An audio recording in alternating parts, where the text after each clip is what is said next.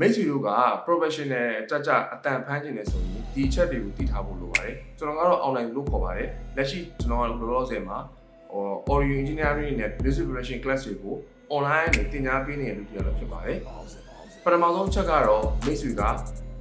အတန်လာသွင်းမဲ့ artist နဲ့တားစားတာဖြစ်ဖို့အရင်ရေးကြည့်ပါတယ်သူကအချိုကြိုက်တာလားအဆက်ကြိုက်တာလားဆိုတော့ဘယ်လို taste မျိုးကိုကြိုက်တာလဲဆိုတော့မိတ်ဆွေတို့ကကြိုတင်သိရှိနားလည်ထားဖို့လိုပါတယ်ဒုတိယအချက်ကတော့တချင်းမျိုးစားတွေကိုကျွန်တော်သိထားဖို့လိုတယ်ပေါ့နော်ဥပမာအားဖြင့်ပေါ့တချင်းတွေမှာဆိုရင်ဘလို့အတန်ဖမ်းရလဲမြန်မာတန်စင်တွေမှာဆိုရင်ဘလို့အတန်ဖမ်းရလဲ rap တွေ battle music rap တွေမှာဆိုရင်ဘလို့အတန်ဖမ်းရလဲဆိုတော့မိတ်ဆွေတို့ကကြိုတင်သိရှိထားလိုက်ထားဖို့လိုပါတယ်နောက်တစ်ချက်ကတော့စိတ်ရမ်းရှည်ရပါမယ်ပေါ့နော်အဲ့ဒါကအရင်အရေးကြီးရတယ်မှာပါဝင်တယ်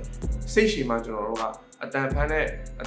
ချိန် recording လုပ်တဲ့အချိန်မှာကျွန်တော်တို့က artist ကိုအများကြီးအကြံဉာဏ်ပေးနိုင်တယ်ပေါ့နော် artist ကလည်းကျွန်တော်နဲ့တိုင်တိုင်မင်မင်နဲ့အတန်ဖမ်းပြီးတော့တွားရဆိုရင်သူတို့တခြင်းကပို့ပြီးကောင်းမွန်တဲ့ result ကိုရလာမှာပါနောက်တစ်ချက်ကတော့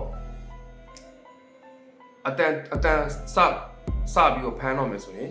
artist ကတခြင်းကိုကျွန်တော်တို့ကအလွန်ကြီးပါတော့မဟုတ်အနည်းငယ်တည်ထားဖို့လိုပါတယ်အဲဒါကြောင့် record စမလုပ်မီမှာကျွန်တော်တို့က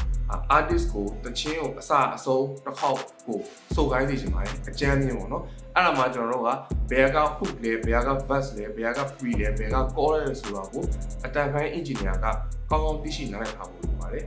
ကဲအဲ့ဒါဆိုမိတ်ဆွေတို့ကသဘောပေါက်လောက်ပြီထင်ပါတယ်အားလုံးကျေးဇူးတင်ပါတယ်